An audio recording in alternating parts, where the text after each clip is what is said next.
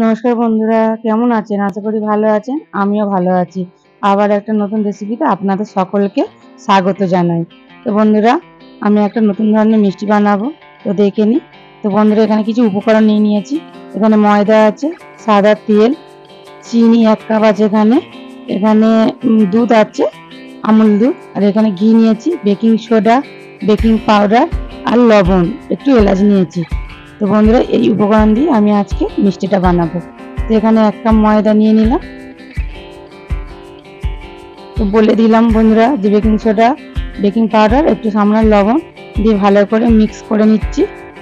ভালো করে মিক্স করে নিতে হবে। যত ভালো মিক্স হবে খেতে ভালো হবে।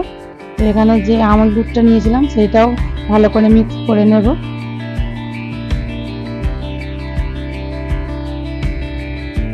যত ভালো মিক্স করা হবে তত ভালো খেতে হবে, ভাজতে হবে। তো বন্ধুরা, এখানে আমি ঘি নিয়েছি পরিমাণ মতো।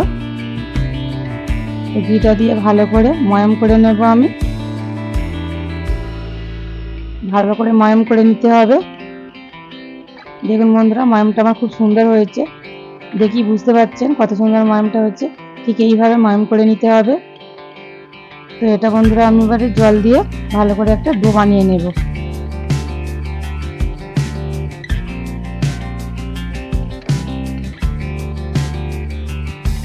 তো আমার প্রায় ডোটা মানে রেডি হয়ে এসছে। তো দেখুন, খুব শক্ত হবে না আর খুব নরমও হবে না, মিডিয়াম করতে হবে। তো আমি এবারে এইভাবে সব লিচি করে নেব। তো আপনারা প্লিজ ভিডিওটা দেখতে থাকুন, অবশ্যই ভালো লাগবে। এত সুন্দর খেতে হয় বন্ধুরা, কি বলবো। বাড়িতে বানিয়ে দেখবেন, খুব সুন্দর খেতে হয়। তো আমি এইভাবে সবগুলো গোল করে নিই।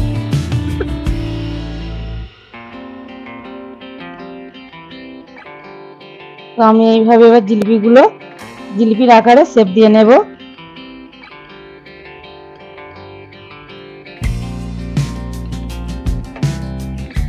তো আমি কিভাবে জিলিপি শেপ দিচ্ছি আপনারা দেখুন বন্ধুরা। দেখতে কিন্তু খুব সুন্দর হয় আর খেতে তো আরো দুর্দান্ত হয়।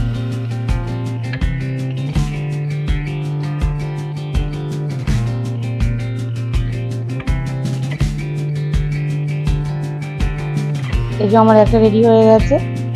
এইভাবে সবগুলো আমি বানিয়ে নেব। আমার সবগুলো বানানো হয়ে গেছে। এবার আমি একটা গ্যাসে কড়াই বসিয়ে দিয়েছি, সাদা তেল দিয়ে দেব।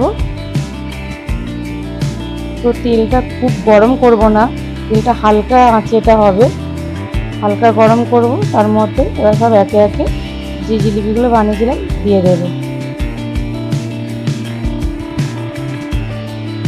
গ্যাসটা লো ফ্লেমে রাখতে হবে, তা না হলে ভিতরটা কাঁচা রয়ে যাবে আর বাইরেটা হয়ে যাবে কালার হয়ে যাবে, এতে করে খেতে ভালো লাগবে না।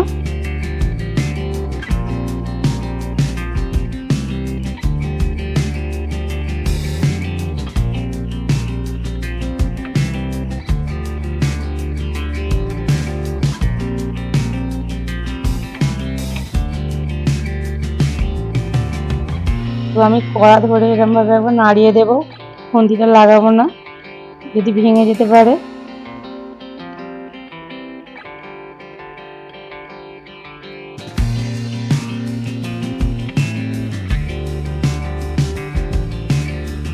তো ততক্ষণ আমি এগুলো ভাজতে থাকি। আপনারা আমার চ্যানেলটিকে সাবস্ক্রাইব করে দিন।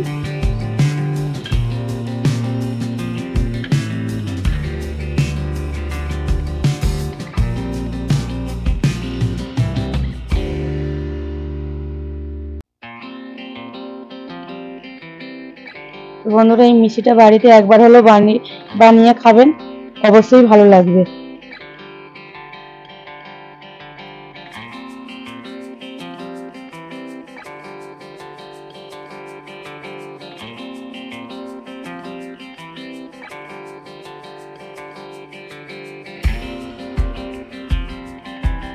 তো আমার জিলিপিগুলো প্রায় ভাজা হয়ে এসেছে, আর একটু ভেজে নেব।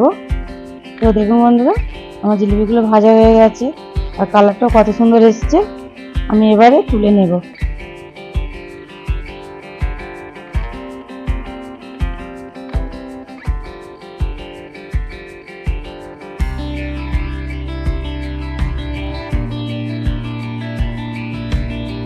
তো এখানে আমি 1 বাটি জল দিলাম,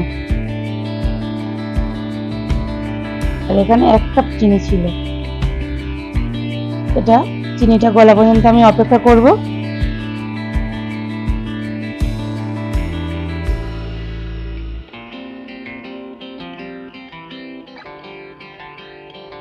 বেশি গাঢ় মোটা করে রস করার কোনো দরকার নেই, জাস্ট শুধু চিনিটা জলের সঙ্গে মিশে হয়ে গেলেই হয়ে যাবে। তো বন্ধুরা দেখুন আমার চিনিটা গলে গেছে, আর একটু আমি এলাচ দিয়ে দিলাম যাতে ফ্লেভারটা খুব সুন্দর আসে সেই জন্য। তো আমার চিনিটা পুরো গলে গেছে জলের সঙ্গে ভালোই। এবার আমি মিষ্টিগুলো দিয়ে দেবো।